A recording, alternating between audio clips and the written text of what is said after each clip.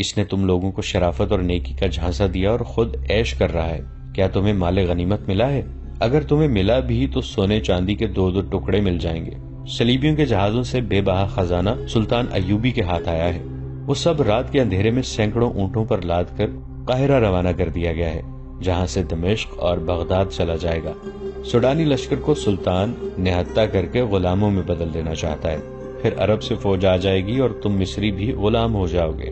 اس عیسائی کی ہر ایک بات فخر المصری کے دل میں اترتی جا رہی تھی۔ اثر باتوں کا نہیں بلکہ موبی کے حسن اور حشیش کا تھا۔ عیسائیوں نے یہ حربہ حسن بن صباح کے حشیشین سے سیکھا تھا۔ موبی کو بالکل توقع نہیں تھی کہ یہ صورتحال پیدا ہو جائے گی کہ ایک مصری اس کے تعاقب میں اس کے دام میں آ جائے گا۔ انہیں معلوم ہو گیا کہ فخر مصر کی زبان کے سوا کوئی زبان نہیں جانتا۔ موبی نے اپنے 5 ساتھیوں کو سنانا شروع کر دیا کہ رابن زخمی ہونے کا بہانہ کر کے زخمیوں کے خیمے میں پڑا ہے، اور اس نے کہا ہے کہ ناجی سے مل کر معلوم کرو کہ اس نے بغاوت کیوں نہیں کی، یا اس نے عقب سے صلاح الدین ایوبی پر حملہ کیوں نہیں کیا، اور یہ بھی معلوم کرو کہ اس نے ہمیں دھوکہ تو نہیں دیا۔ وہ باتیں کر رہی تھی تو فخر نے پوچھا، یہ کیا کہہ رہی ہے؟ یہ کہہ رہی ہے، ایک نے جواب دیا، اگر یہ شخص یعنی تم صلاح الدین کی فوج میں نہ ہوتے تو یہ تمہارے ساتھ شادی کر لیتی۔ یہ مسلمان ہونے کو بھی تیار ہے، لیکن کہتی ہے کہ اسے اب مسلمانوں پر بھروسہ نہیں رہا۔ فخر نے بےتابی سے لپک کر لڑکی کو بازو سے پکڑا اور اپنی طرف گھسیٹ کر کہا، اگر میں بادشاہ ہوتا تو خدا کی قسم تمہاری خاطر تخت اور تاج قربان کر دیتا۔ اگر شرط یہی ہے کہ میں صلاح الدین ایوبی کی دی ہوئی تلوار پھینک دوں تو یہ لو۔ اس نے کمر بند سے تلوار کھولی اور نیام سمیت لڑکی کے قدموں میں رکھ دی۔ کہا، میں اب سے ایوبی کا سپاہی اور کماندار نہیں ہوں، مگر ایک شرط اور بھی ہے۔ لڑکی نے کہا، میں اپنا مذہب تمہاری خاطر ترک کر دیتی ہوں، لیکن صلاح الدین ایوبی سے انتقام ضرور لوں گی۔ کیا اسے میرے ہاتھوں قتل کرانا چاہتی ہو؟ فخر نے پوچھا۔ لڑکی نے اپنے آدمیوں کی طرف دیکھا، سب نے ایک دوسرے کی طرف دیکھا۔ آخر کرسٹوفر نے کہا، ایک صلاح الدین ایوبی نہ رہا تو کیا فرق پڑے گا، ایک اور سلطان آ جائے گا، وہ بھی ایسا ہی ہوگا، مصریوں کو آخر غلام ہی ہونا پڑے گا۔ تم ایک کام کرو، سوڈانیوں کے سالار ناجی کے پاس پہنچو اور یہ لڑکی اس کے سامنے کر کے اسے بتاؤ کہ سلطان صلاح الدین ایوبی اصل میں کیا ہے اور اس کے ارادے کیا ہیں۔ ان لوگوں کو تو یہ علم ہی نہیں تھا کہ ناجی کا صلیبیوں کے ساتھ رابطہ ہے اور موبی اس کے ساتھ بات کرے گی، لیکن انہیں یہ علم نہیں تھا کہ ناجی اور اس کے معتمد سالار خفیہ طریقے سے مروائے جا چکے ہیں۔ اس تک لڑکی کو ہی جانا تھا، اس کا اکیلے جانا ممکن نہیں تھا۔ اتفاق سے انہیں فخر المصری مل گیا، لہٰذا اسی کو استعمال کرنے کا فیصلہ ہو گیا۔ یہ آدمی چونکہ سلطان ایوبی کی نظر میں آ گئے تھے، اس لیے ابھی اس کی نظر میں رہنا چاہتے تھے۔ اس کے علاوہ انہوں نے موبی سے سن لیا تھا کہ ان کے شعبہ جاسوسی اور تخریب کاری کا سربراہ رابن اسی کیمپ میں ہے اور فرار ہوگا، اس لیے وہ اسے مدد دینے کے لیے بھی وہاں موجود رہنا چاہتے تھے۔ ان کے ارادے معلوم نہیں کیا تھے۔ صلاح الدین ایوبی پر چلایا ہوا تیر خطا گیا تو انہیں سلطان ایوبی کے سامنے لے جایا گیا۔ ان کا بہروپ اور ڈرامہ کامیاب رہا، لیکن ان کا مشن تباہ ہو گیا تھا، لہٰذا اب وہ بدلی ہوئی صورتحال اور اتفاقات سے فائدہ اٹھانے کی کوشش کر رہے تھے۔ فخر المصری حسن اور حشیش کے جال میں آ گیا۔ اس نے واپس کیمپ میں نہ جانے کا فیصلہ کر لیا تھا۔ اسے یہ مشورہ دیا گیا کہ وہ لڑکی کو لے کر روانہ ہو جائے۔ ان لوگوں نے اسے اپنا ایک اونٹ دے دیا، پانی کا ایک مشکیزہ دیا اور تھیلے میں کھانے کا بہت سارا سامان ڈال دیا۔ ان اشیاء میں کچھ ایسی تھیں جن میں حشیش ملی ہوئی تھی۔ موبی کو ان کا علم تھا۔ فخر کو ایک لمبا چوغا اور تاجروں والی دستار پہنا دی گئی۔ لڑکی اونٹ پر سوار ہوئی، اس کے پیچھے فخر سوار ہوا اور اونٹ چل پڑا۔ فخر گرد و پیش سے بے خبر تھا اور وہ اپنے ماضی سے بھی بے خبر ہو گیا۔ صرف یہ احساس اس پر غالب تھا کہ روئے زمین کی حسین ترین لڑکی اس کے قبضے میں ہے، جس نے سلطان کو ٹھکرا کر اسے پسند کیا ہے۔ فخر نے موبی کو دونوں بازوؤں میں لے کر اس کی پیٹھ اپنے سینے سے لگا لی۔ موبی نے کہا، تم عیسائی کمانداروں اور اپنے سلطان کی طرح وحشی تو نہیں بنو گے؟ میں تمہاری ملکیت ہوں، جو چاہو کرو، مگر میں پھر بھی تم سے نفرت کروں گی۔ کہو تو میں اونٹ سے اتر جاتا ہوں۔ فخر نے اسے اپنے بازوؤں سے نکال کر کہا، مجھے صرف یہ بتا دو کہ تم مجھے دل سے چاہتی ہو یا محض مجبوری کے عالم میں میری پناہ لی ہے۔ پناہ تو میں ان تاجروں کی بھی لے سکتی تھی، موبی نے جواب دیا، لیکن تم مجھے اتنے اچھے لگے کہ تمہاری خاطر مذہب تک چھوڑنے کا فیصلہ کر لیا۔ اس نے جذباتی باتیں کر کے فخر کے اعصاب پر قبضہ کر لیا اور رات گزرتی چلی گئی۔ سفر کم و بیش 5 دنوں کا تھا، لیکن فخر المصری عام راستوں سے ہٹ کر جا رہا تھا کیونکہ وہ بگوڑا فوجی تھا۔ موبی کو نیند آنے لگی، اس نے سر پیچھے فخر کے سینے پر رکھ دیا اور گہری نیند سو گئی۔ اونٹ چلتا رہا، فخر جاگتا رہا۔ صلاح الدین ایوبی صبح کی نماز پڑھ کے فارغ ہوئے ہی تھے کہ دربان نے اطلاع دی کہ علی بن سفیان آیا ہے۔ سلطان دوڑ کر باہر نکلے۔ ان کے منہ سے علی بن سفیان کے سلام کے جواب سے پہلے یہ الفاظ نکلے: ادھر کی کیا خبر ہے؟ ابھی تک خیریت ہے، علی بن سفیان نے جواب دیا، مگر سوڈانی لشکر میں بے اطمینانی بڑھتی جا رہی ہے۔ میں نے اس لشکر میں اپنے جو مخبر چھوڑے تھے ان کی اطلاعوں سے پتہ چلتا ہے کہ ان کے کسی ایک بھی کماندار نے قیادت سنبھال لی تو بغاوت ہو جائے گی۔ صلاح الدین ایوبی اسے اپنے خیمے میں لے گئے۔ علی بن سفیان کہہ رہا تھا: ناجی اور اس کے سرکردہ سالاروں کو تو ہم نے ختم کر دیا ہے، لیکن وہ مصری فوج کے خلاف سوڈانیوں میں نفرت کا جو زہر پھیلا گئے تھے اس کا اثر ذرا بھر کم نہیں ہوا۔ ان کی بے اطمینانی کی دوسری وجہ ان کے سالاروں کی گمشدگی ہے۔ میں نے اپنے مخبروں کی زبانی یہ خبر مشہور کرا دی ہے کہ ان کے سالار بحر روم کے محاذ پر گئے ہوئے ہیں، مگر امیر محترم، مجھے شک ہوتا ہے کہ سوڈانیوں میں شکوک اور شبہات پائے جاتے ہیں، جیسے انہیں علم ہو گیا ہے کہ ان کے سالاروں کو قید کر لیا گیا ہے اور مار بھی دیا گیا ہے۔ اگر بغاوت ہو گئی تو مصر میں ہمارے جو دستے ہیں وہ اسے دبا دیں گے۔ صلاح الدین ایوبی نے پوچھا: کیا وہ 50,000 تجربہ کار فوج کا مقابلہ کر سکیں گے؟ مجھے شک ہے۔ مجھے یقین ہے کہ ہماری قلیل فوج سوڈانیوں کا مقابلہ نہیں کر سکے گی، علی بن سفیان نے کہا۔ میں اس کا بندوبست کر آیا ہوں۔ میں نے عالی مقام نور الدین زنگی کی طرف 2 تیز رفتار قاصد بھیج دیے ہیں۔ میں نے پیغام بھیجا ہے کہ مصر میں بغاوت کی فضا پیدا ہو رہی ہے اور ہم نے جو فوج تیار کی ہے وہ تھوڑی ہے اور اس میں سے آدھی فوج محاذ پر ہے۔ متوقع بغاوت کو دبانے کے لیے ہمیں کمک بھیجی جائے۔ مجھے ادھر سے کمک کی امید کم ہے، سلطان ایوبی نے کہا۔ پرسوں ایک قاصد یہ خبر لایا کہ زنگی نے فرینکیوں پر حملہ کر دیا تھا۔ یہ حملہ انہوں نے ہماری مدد کے لیے کیا تھا۔ فرینکیوں کے عمرا اور فوجی قائدین بحر روم میں صلیبیوں کے اتحادی بیڑے میں تھے اور فرینکیوں کی کچھ فوج مصر میں داخل ہو کر عقب سے حملہ کرنے اور ہمارے سوڈانی لشکر کی پشت پناہی کے لیے مصر کی سرحد پر آ گئی تھی۔ محترم زنگی نے ان کے ملک پر حملہ کر کے ان کے سارے منصوبے کو ایک ہی بار میں برباد کر دیا ہے اور شاہ فرینک کے بہت سے علاقے پر قبضہ کر لیا ہے۔ انہوں نے صلیبیوں سے کچھ رقم بھی وصول کی ہے۔ صلاح الدین ایوبی خیمے کے اندر ٹہلنے لگے، جذباتی لہجے میں بولے: سلطان زنگی کے قاصد کی زبانی وہاں کے کچھ ایسے حالات معلوم ہوئے ہیں جنہوں نے مجھے پریشان کر رکھا ہے۔ کیا آپ صلیبی ادھر یلغار کریں گے؟ علی بن سفیان نے پوچھا۔ مجھے صلیبیوں کی یلغار کی ذرا بھر بھی پرواہ نہیں ہے، سلطان ایوبی نے جواب دیا۔ پریشانی یہ ہے کہ کفار کی یلغار کو روکنے والے شراب کے مشکوں میں ڈوب گئے ہیں۔ اسلام کے قلعے کے پاسبان حرم میں قید ہو گئے ہیں۔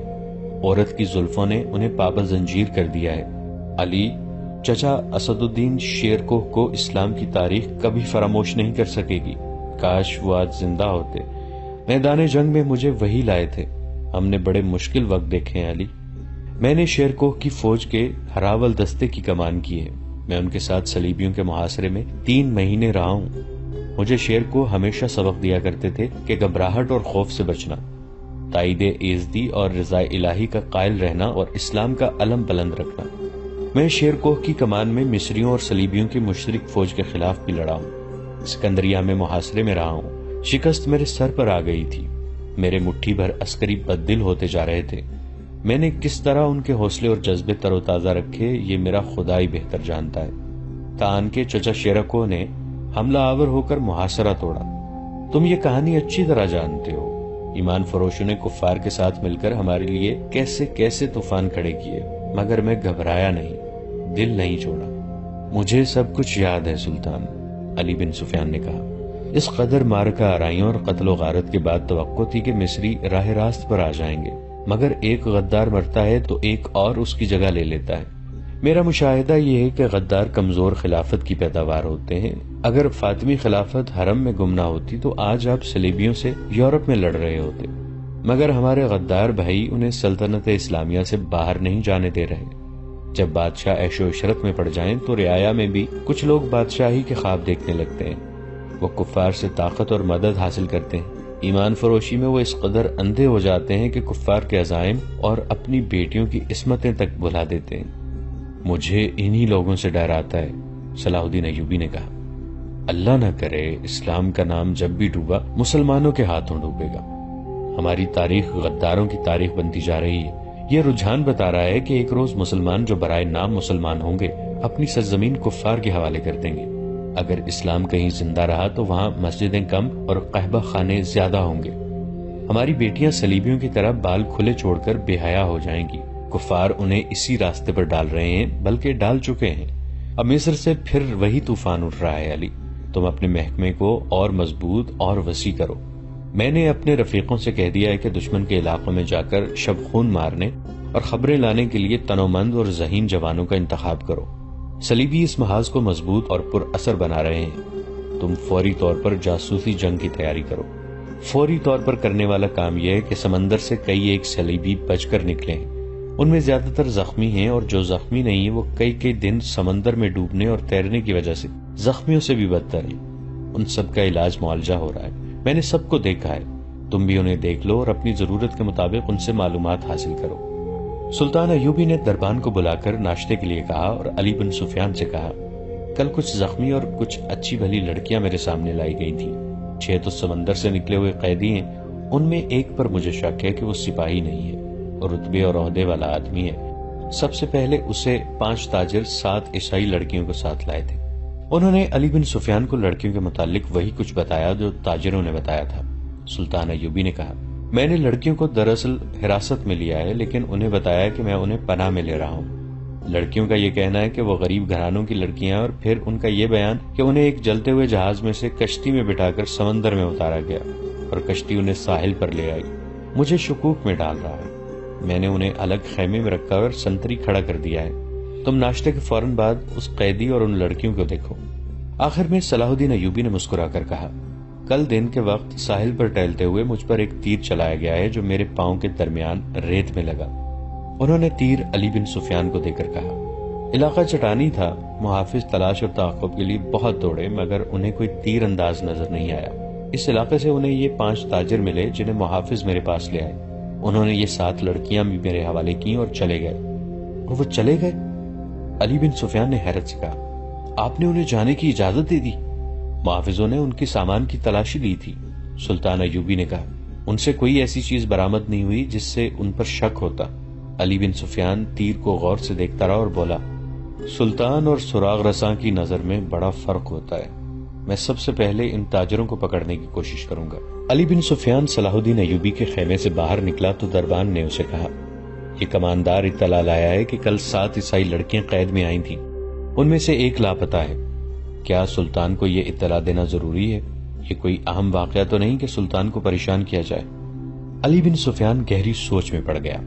کماندار جو اطلاع دینے آیا تھا اس نے علی بن سفیان کے قریب آ کر آہستہ سے کہا، ایک عیسائی لڑکی کا لاپتہ ہو جانا تو اتنا اہم واقعہ نہیں، مگر اہم یہ ہے کہ فخر المصری نام کا کماندار بھی رات سے لاپتہ ہے۔